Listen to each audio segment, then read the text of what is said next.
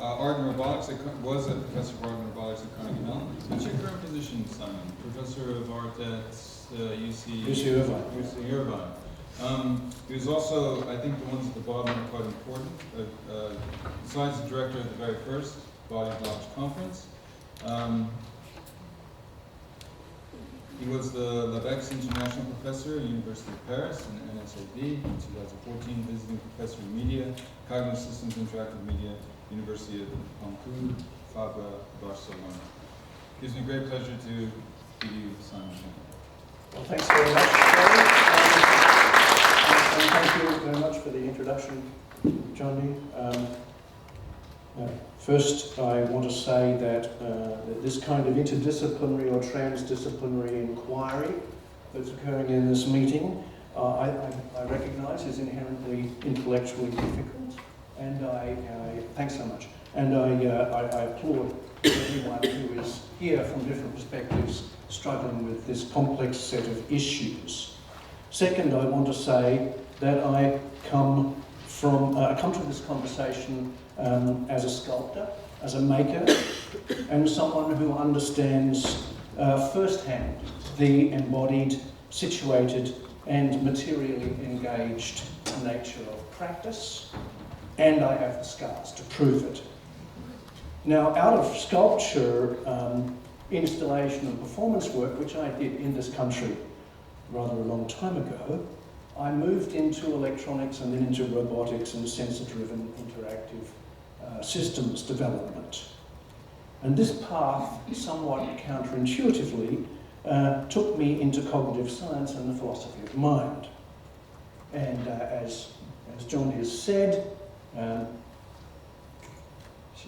we go, I organised this conference 3 years ago, which I'm very pleased to be celebrating the second iteration of this theme here today. And then I published this book, Making Sense, Cognition, Computing, Art and Embodiment. I've got one copy of it here with me, so if anyone's interested in looking at it, I have it. And I'm also a sailor and a student of Pacific navigation, seafaring and boat building, and I'm currently building an experimental 30-foot sailcraft. That's it, it's called orthogonal, and it's based on Micronesian voyaging canoe designs. Now, to the talk itself. Listening to the conference yesterday, I was troubled by some issues, and this has caused me to rethink my talk somewhat, just as Liz did. And I want to address some issues which I think are fundamental, and I'll return to the advertised topic a little bit later. So, language, skill, and sensory motor debility.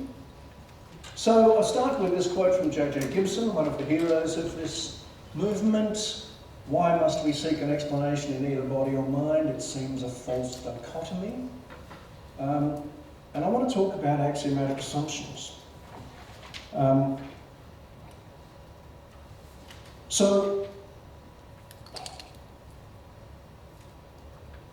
what I want to say is a concern about the difficulty we face as people educated and enculturated in a Western humanist tradition of orienting ourselves to an embodied and inactive conception of being and doing, and finding ways of talking about it, which is what we're doing here. So axiomatic assumptions are very dangerous. They lurk in the undergrowth and the foundations of ideas. They are the ideas at the root of belief systems, and they're assumed to be unprovable. So they're things that we take on faith. In Western humanism, prime among them is the idea that we have a body and a mind. You might say that this is obvious, and I say that it's a complete fiction. There is not a shred of scientific evidence for the mind-body dualism. It is a crock. It's a made-up story by a man who was afraid that the church would burn him at the stake. So, the kinds of issues I'd like to address briefly have to do with language and becoming aware of the kind of language we use because of the kind of culture we're part of. And this is easier said than done because our language is structured around those very dualisms. As soon as I say my hand, I posit an I, of which the hand is not part. So a simple enunciation like that reinstates the mind-body dualism in 2 words. Right? We are, in some sense, locked in a prison house of language. So, if we're interested in understanding the nature of our being in the world, the first thing we need to do is to stop talking about ourselves in terms of mind and body. So, I'm suggesting 3 things here. First, we need to scrupulously interrogate our use of language when we attempt to talk about our embodied practices, because that language can and will betray us in every sentence. How can we speak of a holistic sense of being when we use terms that divide us into parts? How can we speak of a relationality with the world in inactive material engagement when we speak in terms of subject and object? Language is a Trojan horse. Second, we need to be extremely careful when we use the language of the enemy. I'll define what I mean by the language of the enemy or the language of the oppressor in a moment. But by this I mean that there has been accepted into popular culture a way of thinking about cognition which is inherently dualist. Right? Thinking in dualisms is a liability of Enlightenment humanism. Thinking with dualist language undermines our ability to think new thoughts or to feel in new ways. Embodied in activism is inherently post-humanist. So this is a revolution. It's not just some new way of talking about stuff. This is a profound revolution regarding the nature of who we are. Now, ironically, this culturally instantiated dualism has been reinforced and reinstated via digital technologies. I will elaborate on this idea a little further, but first I'll say, when computational language is applied to biological matters, it almost always imposes a dualist conception that separates information and matter. And the fallacy of the mind-body dualism applies equally to the information-matter dualism. So I think we have to be extraordinarily careful about what we believe about digital technologies and the rhetorics around them, because to make it very clear, the mind-body dualism is the matter-information dualism, is the software-hardware dualism. Right? And any time we take those metaphors as descriptions of our biological being or other ecological systems, we are imposing a false model on those systems. So, dangerous dualisms. Whenever you speak in terms of these dualisms, be very, very careful, because you may be sabotaging precisely what it is you think you're saying. Be wary of this word information. That's a booby trap. Right? So we can't get into further detail about this word, but it's a dangerous word. Be very wary of speaking about mental representation. That, again, is a fiction of Western philosophical construction. There is no evidence of mental representations, and in any case, we don't know what they are like, and we don't know if they're homogeneous or different. It's very, very unclear.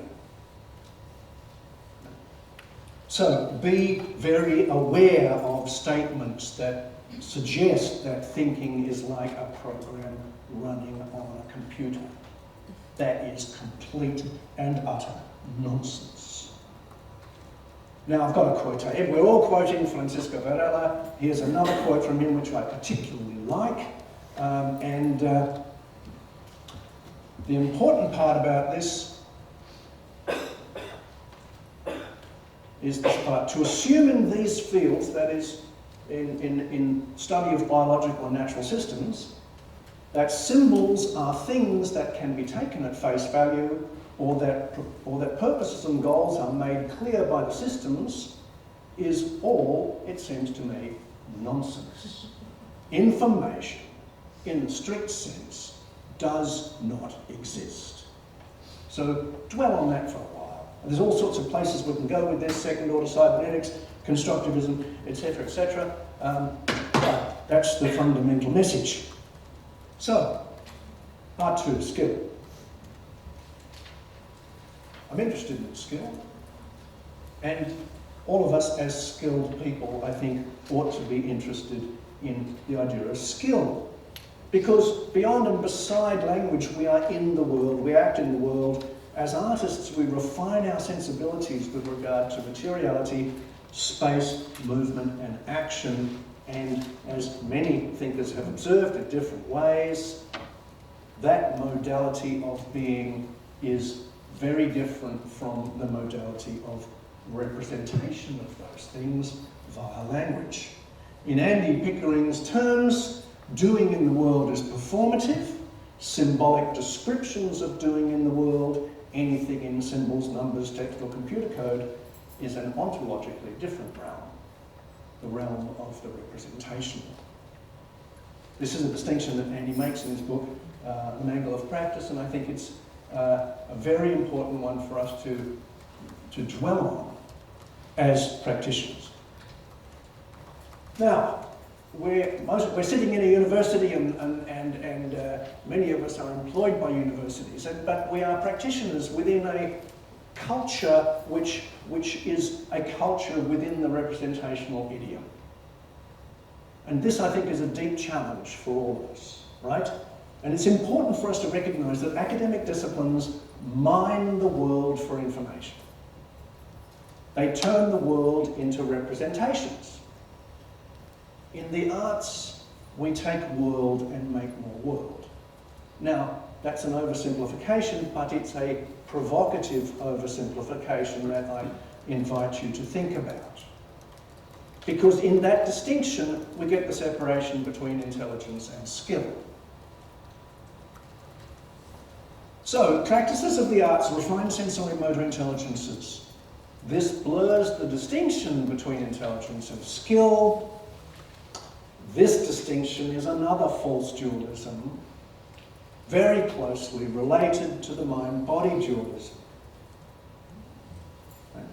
So, conventional explanations of the cognitive dimensions of arts practices and embodied practices in general fail because these kinds of internalist, representational, symbolic paradigms provide minimal purchase on the embodied, inactive, and materially engaged dimensions of cognition.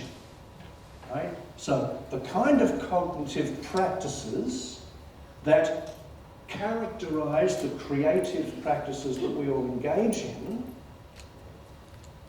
cannot be explained with an internalist, computationalist model of cognition. And this is precisely why we are all highly motivated to understand these new paradigms of cognition embodied, inactive, distributed, situated, effective, extended, because they dispute the internalism of the reigning Western Enlightenment humanist view of the world. And I don't think that we can really come to terms with this stuff until we take a sledgehammer and break that shit up. All right? I'll tell you how I really feel if you want. The Academy has a problem with materiality. It's a world of symbols. The valorization of symbolic abstraction has led to the construction of this false opposition between intelligence and skill.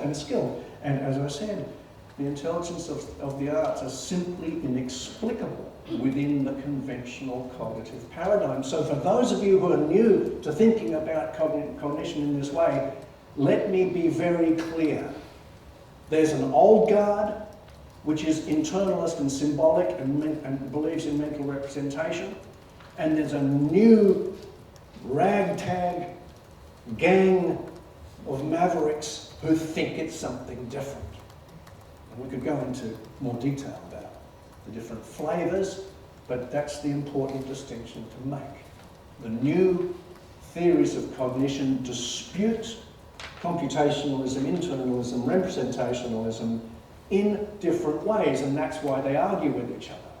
You know, there are some very interesting differences of opinion within these different sorts of within these different paradigms, and that's what we should be now exploring and discussing, is how do these different paradigms fall into line with each other, how do they conflict, how can we bring them together to make something that's more substantial.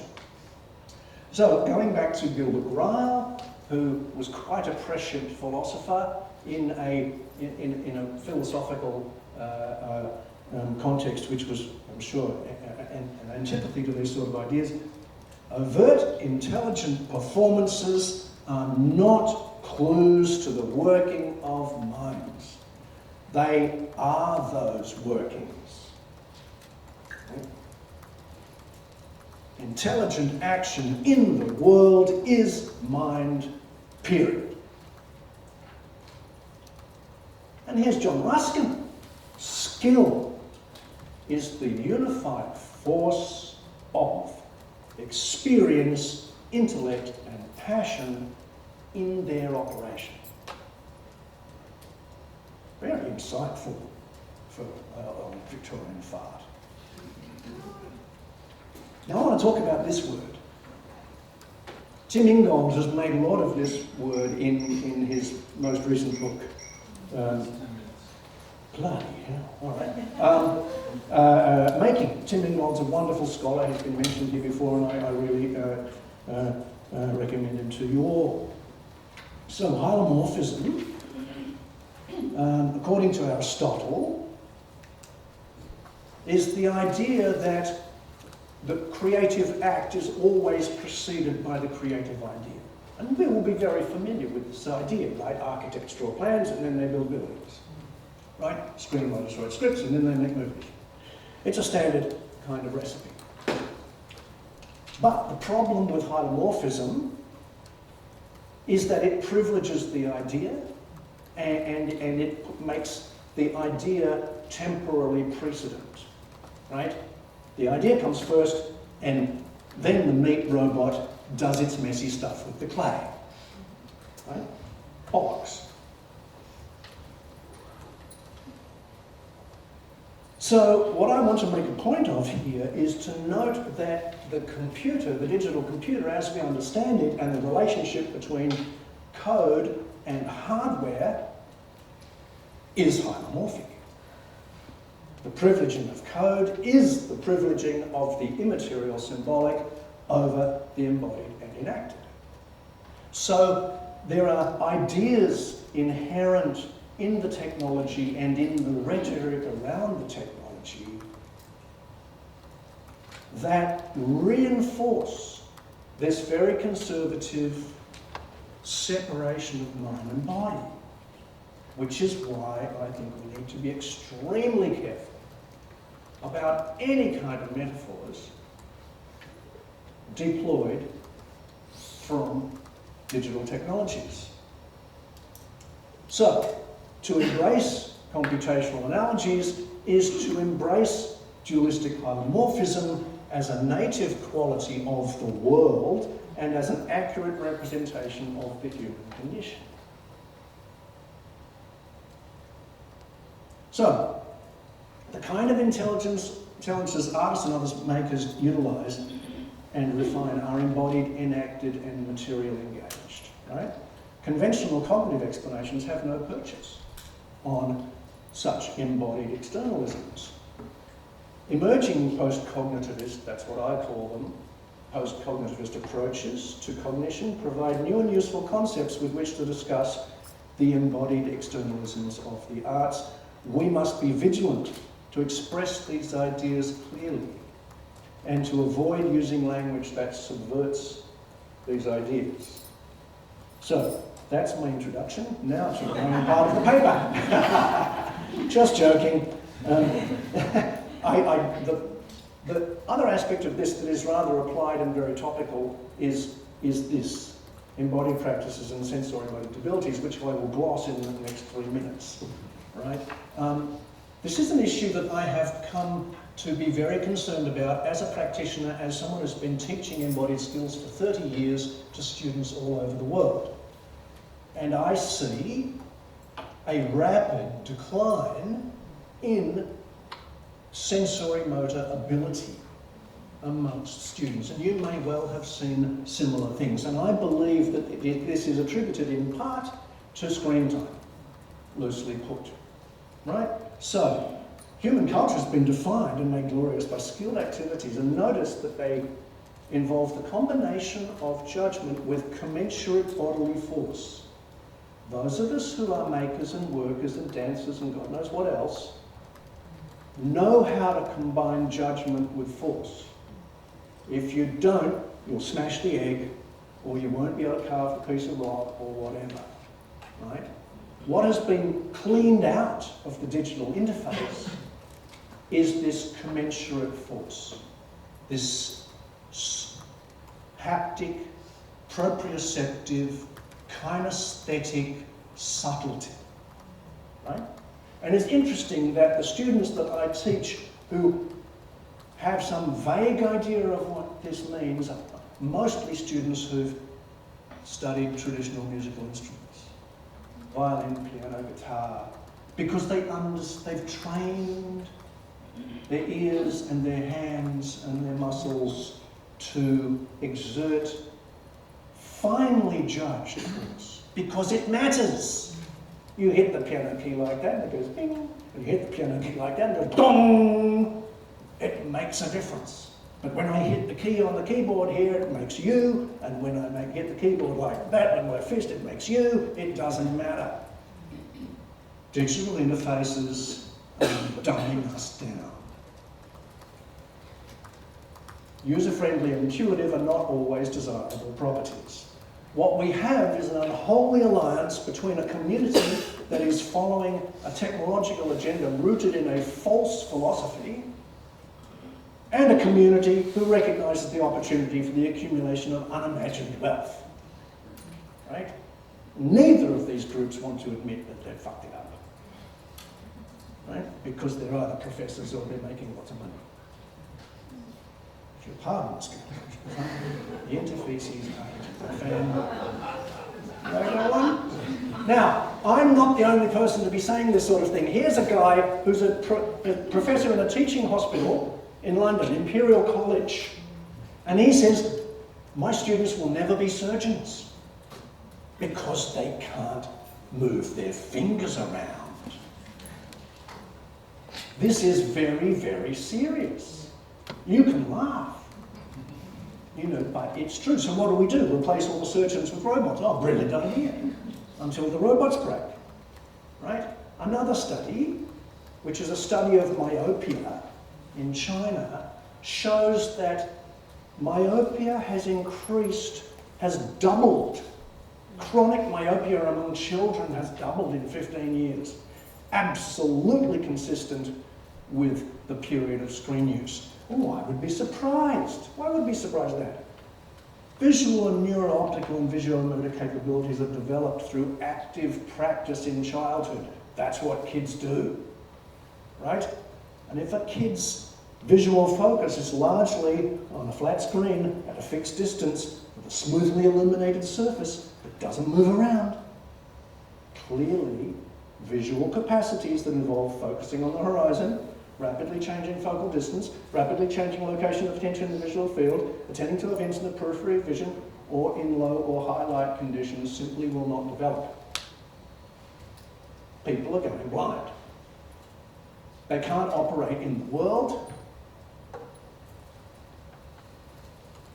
These are just two cases of what I believe is an emerging and very deep problem, and unfortunately the vested interests, not just the makers of the software and the hardware, but the universities and the state systems that have bought into it, are not going to admit that they've made a big mistake. So it's going to be a very unpopular position to hold. But increasingly, and you probably know, each of you, another case or another example or another anecdotal case or another scientific study which is bringing out some of these issues. Now, we know there are social issues, there are political issues, all kinds of stuff. I'm particularly focusing on the sensory motor and cognitive dimensions of this. There's a lot more to say about this, but I do want to quote Jasavir Kaur, who's very interesting about debility, the idea of debility. Debility addresses injury and bodily exclusion that are endemic rather than epidemic or exceptional, and reflects a need for rethinking the overarching structures of working, schooling and living, rather than right frames to provide accommodationist solutions. Technological platforms, new media, mediate bodily comportments, affects, and what is recognised as bodily capacity and bodily debility. Technology acts as both a machine of debility and capacity as portals of effective openings and closures, and she has this fantastic phrase, a liberal eugenics of lifestyle programming. It's like, it's genius, right? I just want to say one last thing. Okay, well, no, I'm not even going to say that. We'll talk about it later. Thanks, bye.